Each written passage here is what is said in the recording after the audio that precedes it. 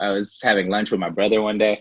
We're like, he's a software engineer, and so I go to like his office, and we're walking. We go like get food and try to walk through the park, and we got stopped every 30 seconds. And he looked at me and was like, "I don't think I can hang out with y'all anymore." So David, I'm gonna tell people just how stupid I am, and I don't know if you remember this, but I first met you. This was a few years ago when ESPN. It was during Upfront, I and remember. for people, yeah, people who may not be familiar with what that is, it's this dog and pony show that happens in television where all the networks they trot out their new shows, not the full show or anything, but actors from their new shows, and they do this for advertisers so they can see like, ooh, give us more money. This is what we have coming up, and Yeah. ESPN engages in this, so they make this big dog and pony show. And that year, they decided to bring, I think it was you and Leslie Odom, I Yep. believe, Leslie Odom Jr., the two esteemed members from the wonderful artistic piece, I like to refer to it as that, Hamilton. And I remember I had not heard of Hamilton before I met you. I knew loosely of it. I knew it was something that was a big deal in New York that a lot of people were all into, but I didn't really know what it was. And you Yeah. were talking to me and my former co-host Michael Smith backstage, and we're just shooting the shit. And you're just like, you're like, yeah, you guys should come check it out. Like, you know, I'll get you in and everything. And I was like, all right, that's cool. You know, like, you know, I'm just so oblivious, you know, working every day and everything. And then like fast forward when I finally got the fact that like, oh my God, this was the you know, I don't even know what the words would be to describe it, but it's a cultural piece. It's a generational cultural piece. Unfortunately, I didn't realize this until maybe the last week Hamilton was going on in New York. And so when I told people that story, they were like, do you know how stupid you are that you didn't actually go see it? I saw it off Broadway, by the way. Yeah. I mean, Yeah, which was equally good. But I was just like, you want to talk about ones you wish you could have back? And that was one I wish I could have back.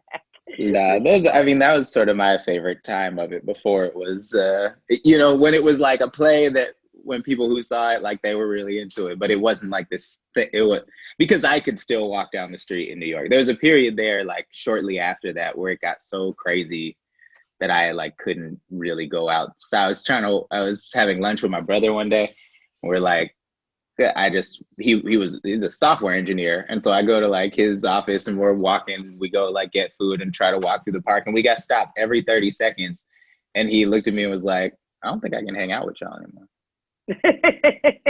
Yeah, I mean, it became, you know, it's one thing to say something is popular, but this became something. I mean, frankly, that was historic. When when did you notice the shift from this just being something that was really good to something that was becoming culturally iconic?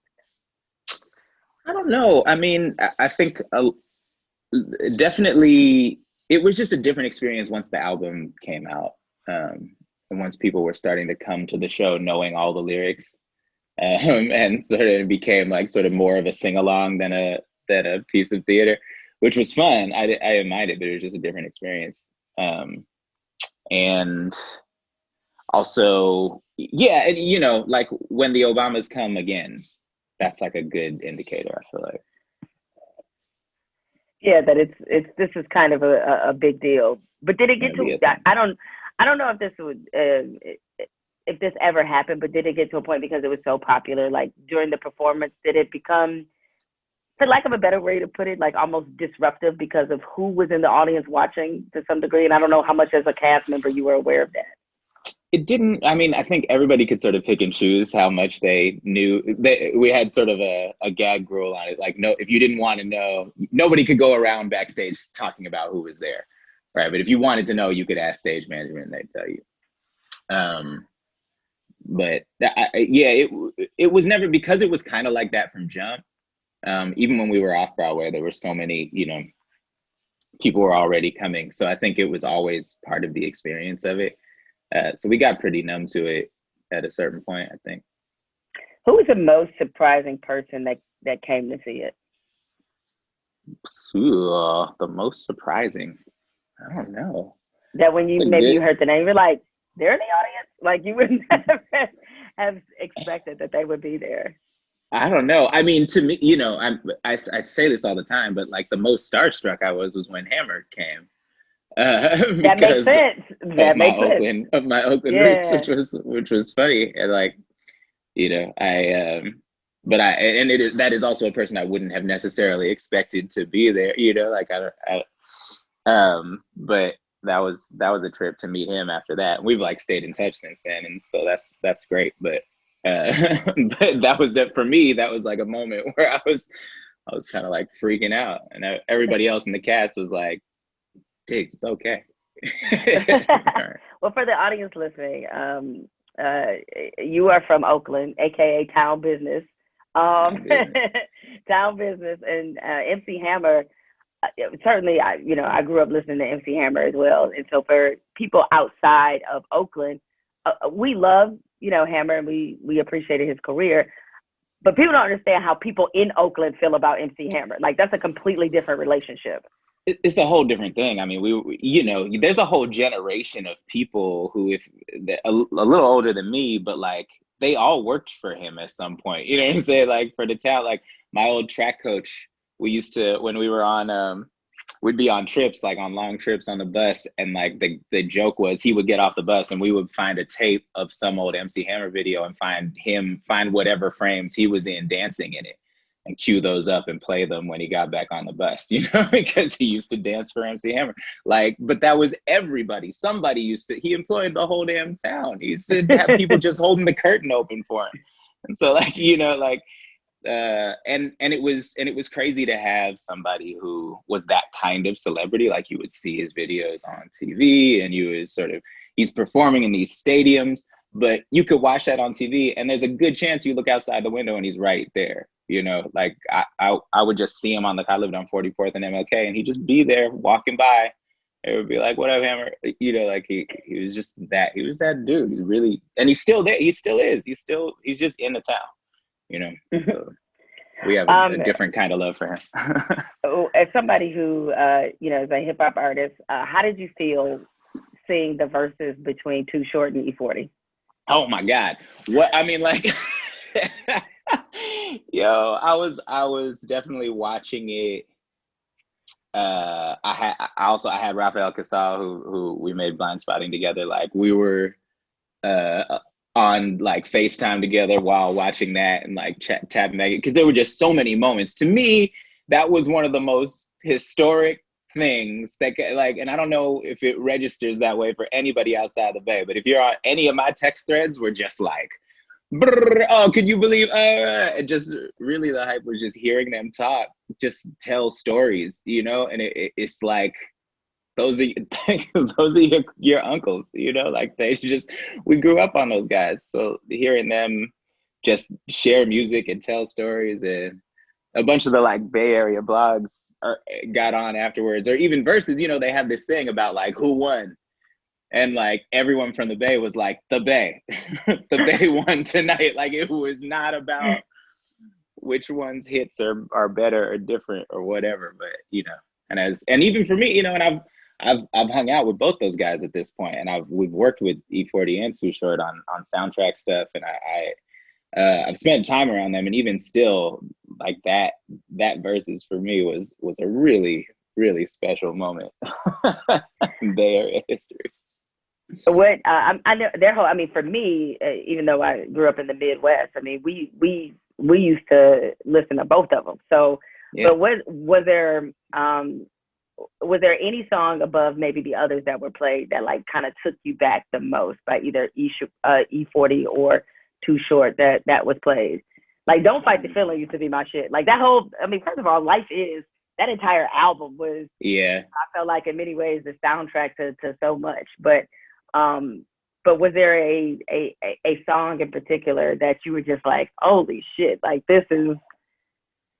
Oh man, I'm trying to remember, like, 'cause there were just so many moments.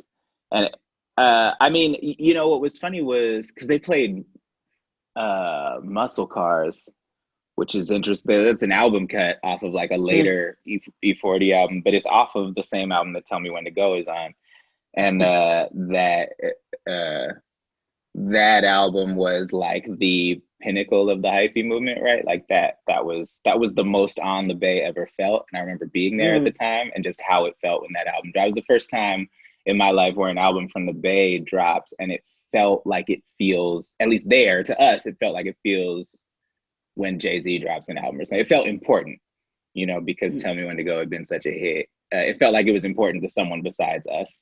So them playing like an album cut off of that one was it definitely transported me back to a moment. But also E40 is my favorite rapper of all time. Like number one of one, you know what I'm saying? Like just that is on the, when we play top 5 Dead or Alive, there's one non-negotiable place, and that is E40 number one for me all the time. Like that's it.